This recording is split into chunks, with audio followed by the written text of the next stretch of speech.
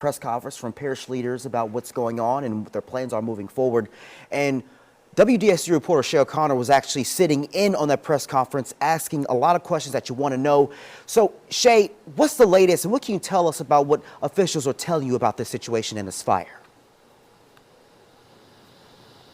Darrell, we're actually here at East St. John Preparatory Gym right now in Reserve, one of the three areas that people are being evacuated to given the fire at, of course, Marathon Petroleum. And I have with me Ms. Jackson. Ms. Jackson, tell me, what made you come out here? The sirens and the police saying it's a mandatory evacuation.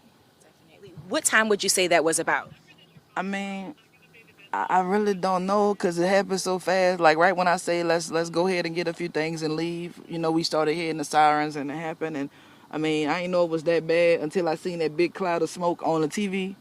And after that, it was just like everything else just started happening so fast. Like it was time to ride after that.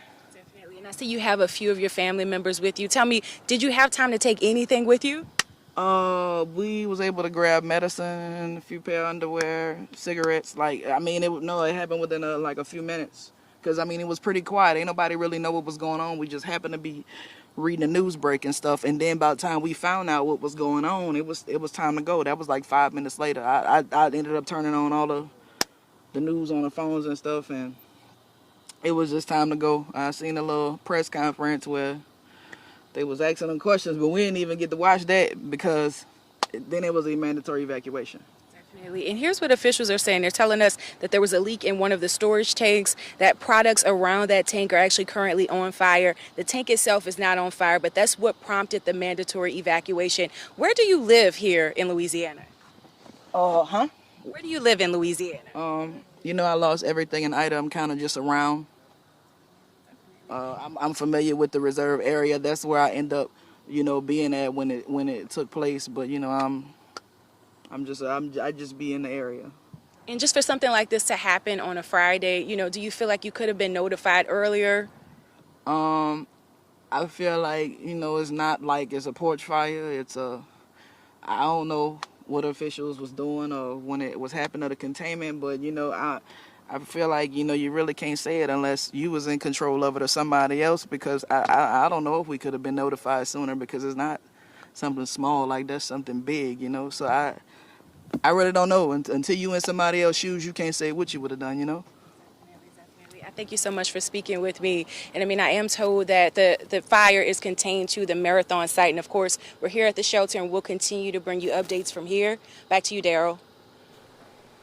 And Shay, just stay with us here for just a second. I do want to point out that that lady that Shay interviewed talked about grabbing her medication. That is so important. The parish says if you were heading to one of those shelters, that is something that is very important. That was something they urged you to do, is bring those important items like your medicine.